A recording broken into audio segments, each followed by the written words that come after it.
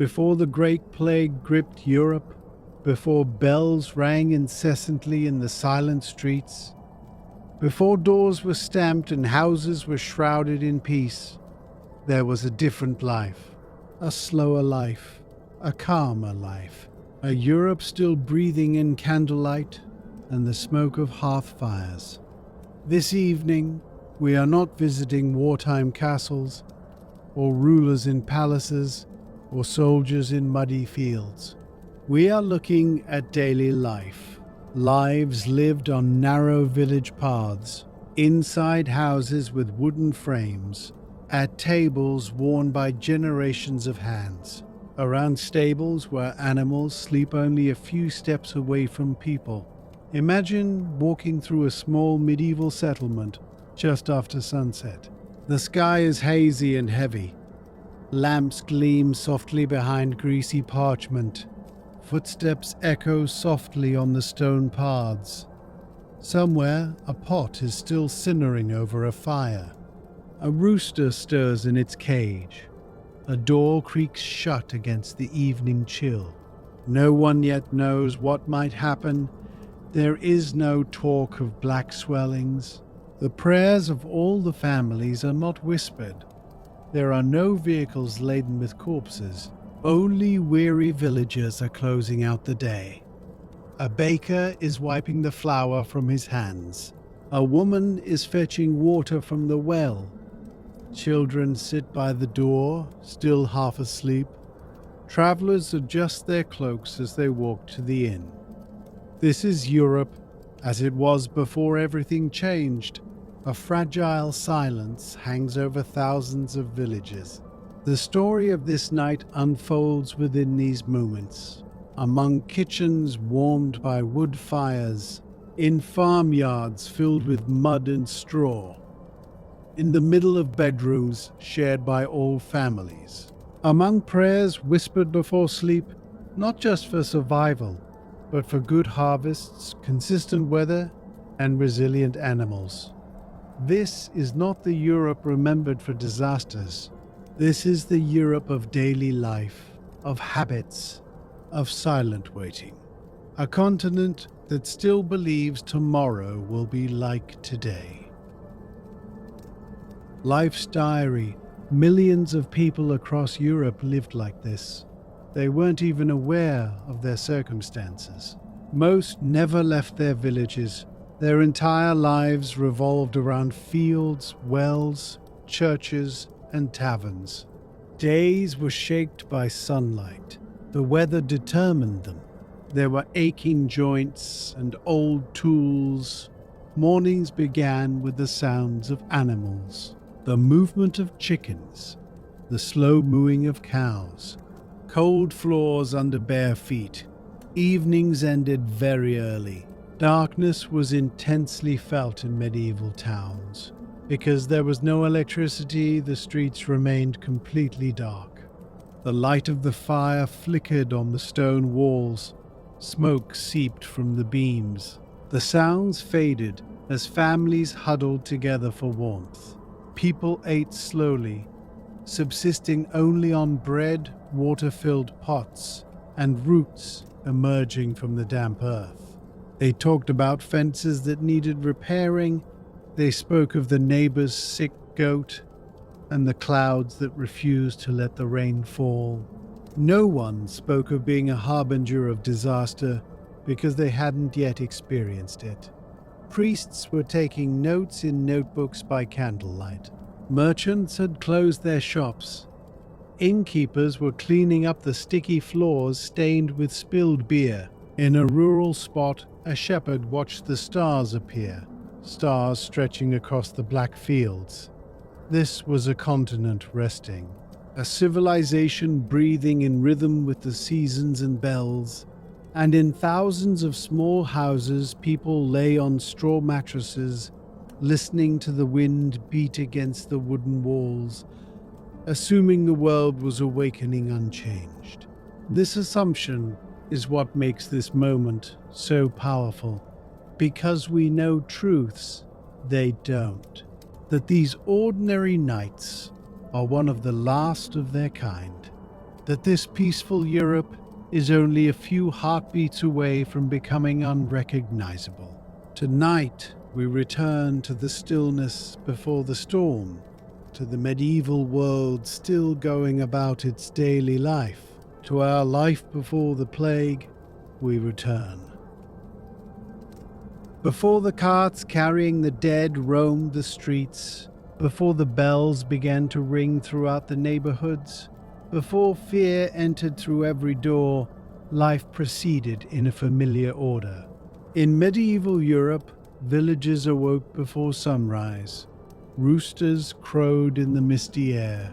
Cold air gently drifted across the dew-soaked fields. Smoke rose from chimneys as hearths were lit for the day's first meal. Many families slept together in a single room. Parents, children, grandparents, sometimes servants, and in winter, even animals. Warmth was more important than privacy. Beds were narrow wooden frames filled with straw. Blankets were heavy, coarse, and constantly patched. Beneath them lay a floor made of planks that had been crumbling or rough for centuries. When morning came, there were no bells to announce the awakening. People awoke with the light.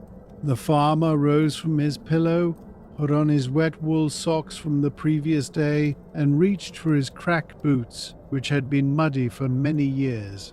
His wife had already moved. He rekindled the embers. He placed a pot over the fire. He added dried herbs to the soup left over from the previous day. Breakfast was quite simple. Dark bread made of rye or barley, a thin porridge, a leftover dish thickened with onions or cabbage. Meat was rare for the villagers, usually hoarded for festivals or slaughter days. Water was obtained from wells, rivers, or rainwater puddles.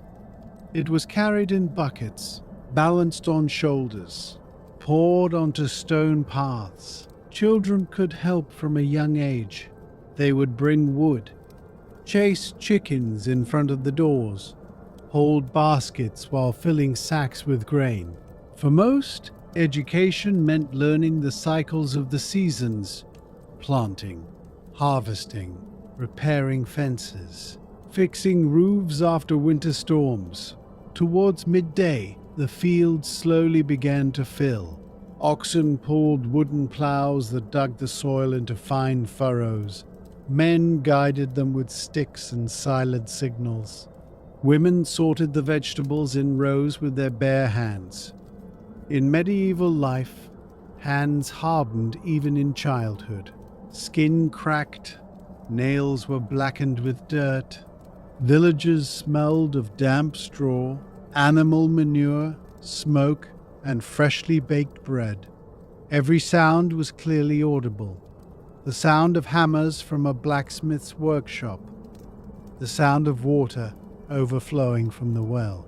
Church bells signaled not the time, but prayer times. A market was held once or twice a week. Simple wooden stalls were lined up in the open areas. Baskets overflowed with turnips, apples, onions, and greens. Fish sat on the damp boards, their silvery color reflecting the pale sunlight. Merchants loudly announced prices. Travelers brought gossip from other towns, news of distant wars, bad harvests up the river, muddy roads. No one spoke of disease yet. Cleanliness was quite low by modern standards. While some cities, especially in the early Middle Ages, had baths, for most in the countryside, bathing meant wiping with a cloth, rinsing hands with water, and standing in cool streams in the summer. Clothes were worn frequently. Wool tunics were cleaned of dirt. Aprons were mended at the elbows. Cloaks were hung by doorways to wick away moisture. Lice and fleas were common. Rats similarly roamed freely, nesting under the floorboards and feeding on the fallen grains. No one considered them dangerous. They were a part of life. The streets in the towns were narrow, and the upper floors leaned against each other. Waste was sometimes thrown into canals. Pigs roamed freely, searching for food. Craftsmen worked in open workshops. Shoemakers sewed leather soles by windowlight. Weavers used their looms in a steady rhythm. Potters shaped clay into vessels stacked for sale. The tempo was slow and repetitive. Everything was predictable.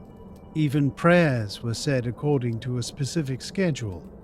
People waited in front of the church doors. They wore crosses, expressing their gratitude for safe births, for rain, for healthy calves. When evening came, the fields emptied. Tools were leaned against the walls. The animals were being led back to the stables. The women stirred the pots again, the smoke thickening in the ceiling beams. The men mended their harnesses or sharpened their knives. The children sat slowly and quietly around the fire. Candles were precious. Light mostly came from the fire. Stories were told silently about strange travelers seen years ago. Then, one by one, the doors closed. The shutters locked. Families crawled into communal beds. The wind beat against the wooden walls. Somewhere outside, dogs barked. Owls hooted in the dark fields. And Europe slept. This ordinary world, overflowing with routines, was unaware that it was on the brink of extinction. Before the plague reached Europe, the lives of medieval people progressed slowly, at a pace befitting the rhythm of nature. Days began with the rising sun. Shadows, not hours, determined the time.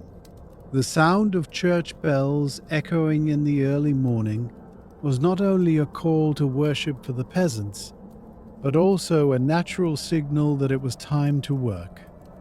People working in the fields plowed the soil with wooden plows, moving in sync with the slow steps of oxen. The dry sounds of digging mingled with the chirping of birds. Crops were carefully checked, fences repaired, and animals led to water. Daily tasks were simple but endless. Houses were mostly built of stone, wood, and mud brick. Thatched roofs were frequently replaced to protect against rain. Inside, there was a single large area. People, animals, and belongings shared the same space. The open hearth in the center was used both for cooking and for heating on cool days. Smoke slowly drifted through the room before escaping through the roof, blackening the walls. The furniture was extremely simple. A table made of rough wood, a few stools, earthenware pots, and beds filled with straw. Houses considered wealthy would have chests, woolen blankets, and doors with iron buckles. But for most families, possessions consisted of simple tools that were repaired and used over the years. The scene became a little more lively in the towns. Horse-drawn carriages moved along the narrow stone streets, the sound of hooves echoing off the walls, the smell of freshly baked bread wafted from the bakeries, and the rhythmic clang of blacksmiths' hammers echoed through the air. Tailors cut fabric, and vendors in the markets advertised their wares in slow-paced voices. As sunset approached, medieval villages slowly began to quiet down. Tools were put aside, animals led to the stables. Thin wisps of smoke rising from chimneys signaled the approaching night. Flickering candle flames seeping from windows cast a faint light on the stone streets. Families gathered around the hearth, drinking vegetable soup simmering in large pots.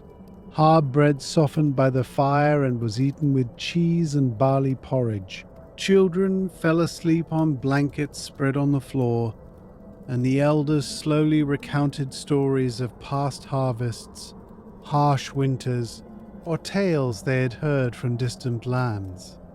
Outside, the wind whipped against the stone walls, while inside the crackling of the wood fire could be heard. A distant dog's bark, the heavy footsteps of the night watchman, or the deep sound of the church bell would break the night, giving way to silence once more. People were unaware of the great danger approaching. The plague had not yet reached the continent, and daily life continued as normal. The land was tilled, bread was baked, markets were set up, and children grew up. Life continued slowly but steadily, as it had for centuries. Time seemed to slow down deliberately, spreading over everyone like a soft blanket in the darkness of the night. Before the plague reached Europe, the lives of medieval people progressed slowly, at a pace befitting the rhythm of nature. Days began with the rising sun. Shadows, not hours, determined the time. The sound of church bells echoing in the early morning was not only a call to worship for the peasants, but also a natural signal that it was time to work. People working in the fields plowed the soil with wooden plows, moving in sync with the slow steps of oxen. The dry sounds of digging mingled with the chirping of birds. Crops were carefully checked, fences repaired, and animals led to water. Daily tasks were simple but endless. Houses were mostly built of stone, wood, and mud brick. Thatched roofs were frequently replaced to protect against rain. Inside, there was a single large area. People, animals, and belongings shared the same space. The open hearth in the center was used both for cooking and for heating on cool days. Smoke slowly drifted through the room before escaping through the roof, blackening the walls. The furniture was extremely simple. A table made of rough wood, a few stools, earthenware pots, and beds filled with straw. Houses considered wealthy would have chests, woolen blankets, and doors with iron buckles. But for most families, possessions consisted of simple tools that were repaired and used over the years. The scene became a little more lively in the towns. Horse-drawn carriages moved along the narrow stone streets, the sound of hooves echoing off the walls, the smell of freshly baked bread wafted from the bakeries, and the rhythmic clang of blacksmiths' hammers echoed through the air. Tailors cut fabric, and vendors in the markets advertised their wares in slow-paced voices. As sunset approached, medieval villages slowly began to quiet down.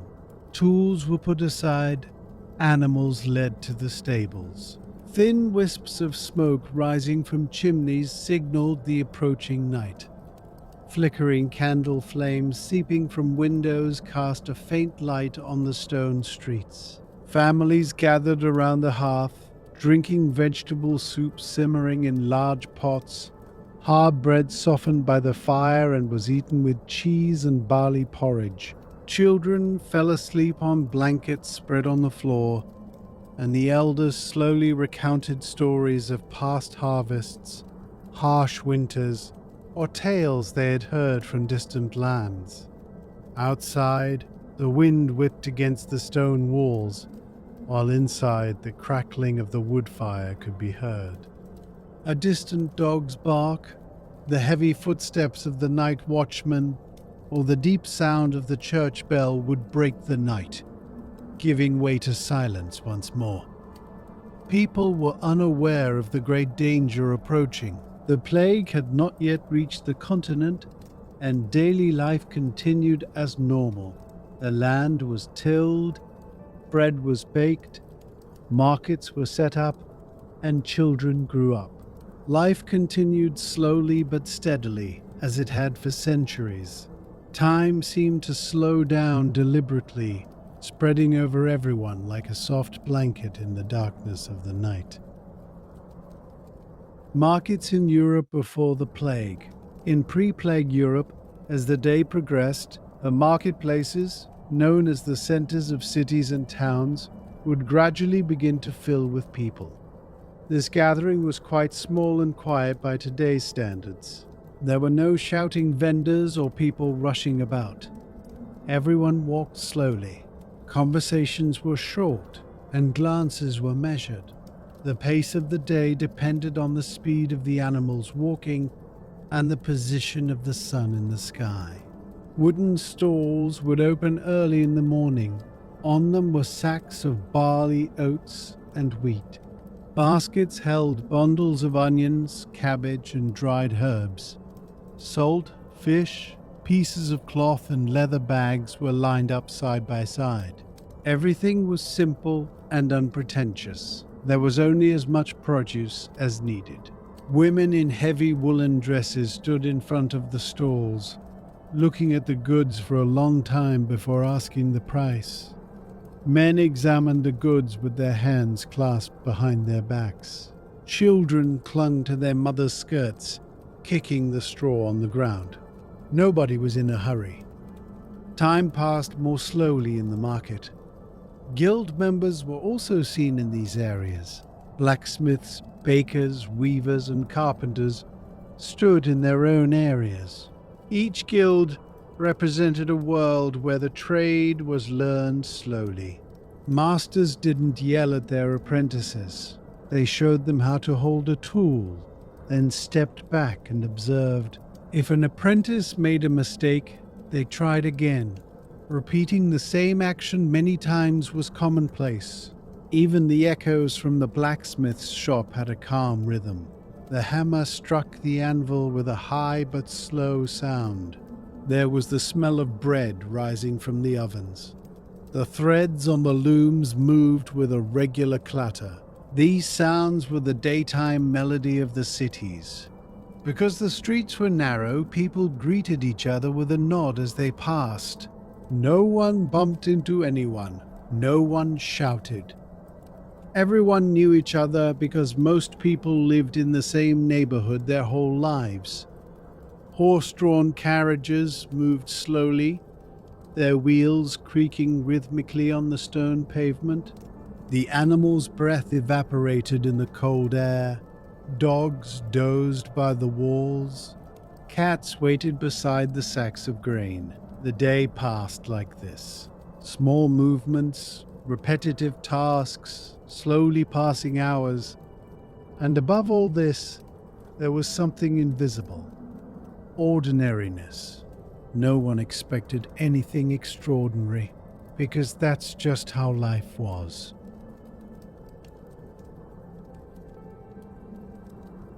Before the plague, life in the towns and villages of Europe proceeded in a slow but almost constant rhythm. People believed that the days followed one another continuously. Seasons changed, children grew older, the elderly grew weary, but the world seemed to remain the same. Stone-walled houses, narrow streets, carts filled with hay, and the sound of market bells. All were parts of an order that had lasted for centuries. In the mornings, the smell of bread rising from the bakeries spread through the streets. Smoke slowly rose from the chimneys, dispersing into the cold sky.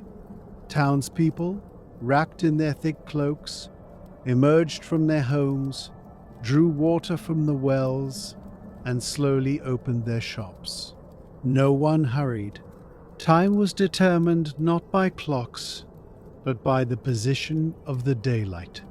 Shadows shortened towards midday, lengthened in the late afternoon, and the day progressed with these silent signals. Craftsmen belonging to their guilds took their places at their workbenches. Blacksmiths worked with heavy hammer blows in front of the red-hot fire. Tailors carefully cut fabrics, and carpenters worked on wood amidst the smell of sawdust. These sounds were the natural music of city life. No one perceived them as noise. Rather, they were familiar vibrations reminding one that life went on. Inside the houses, a different world existed. The faint light streaming through small windows illuminated the copper pots and wooden tables hanging on the walls. Women kneaded dough, children played on the floor, and the elderly sat quietly by the hearth. Pots of soup simmered slowly, bread was sliced, and spoons clinked against wooden plates. Even the simplest movements of daily life had remained the same for centuries. Animals and people lived side by side. Chickens roamed the yards, pigs grunted in muddy corners, and horses patiently waited in the stables. Straw, garbage, and animal dung lay side by side in the streets, turning everything into mud when it rained. But this sight didn't seem strange to anyone, because everyone was accustomed to such a way of life. The concept of cleanliness was different from today. How diseases spread was unknown. People discussed bad weather, divine interventions, or the movements of the stars. In the evenings, the marketplace gradually quieted down. The vendors would gather their goods, baskets would be closed, and wooden stalls would be covered. The streets would narrow, the sounds would subside, and the weariness of the day would settle upon the people. Some would go to the inns, sitting at wooden tables for a plate of hot food and a piece of hard bread. Mugs of wine or beer would be raised slowly, conversations kept short. At the end of the day, no one wanted to engage in long arguments. When night came, a different kind of silence descended upon the town. Doors were bolted, windows closed, and a few torches serving as streetlights flickered, attempting to illuminate the darkness. If the moon was out, it cast a pale silver hue on the stone streets. Otherwise, everything was filled with dark shadows. When people went to bed, they breathed heavily on their straw mattresses. Several people would sleep in the same room, sometimes even sharing a roof with animals. The howling of the wind, the barking of a dog in the distance, the small creaks of the wooden beams in the cold night. These were the ordinary sounds of medieval nights. No one knew of the impending catastrophe, because everything seemed quite normal. Life went on, and this peace, this familiar order, this sense of immutability, it was Europe's most delicate moment. People were unaware of it. They thought stone walls would protect them. Thick cloaks cut through the cold wind. Prayers seemed to ward off unseen dangers. But within the world, there was something else unseen. It had no name yet. It had no fear yet. It had not yet been described. And beneath this calm life repeated every morning, Europe, silently, unknowingly, stood on the threshold of a completely different era.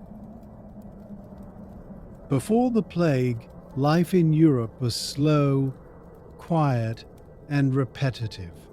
The day ended with the fires dying down. People would fall asleep without thinking about tomorrow. Ordinariness reigned behind stone walls.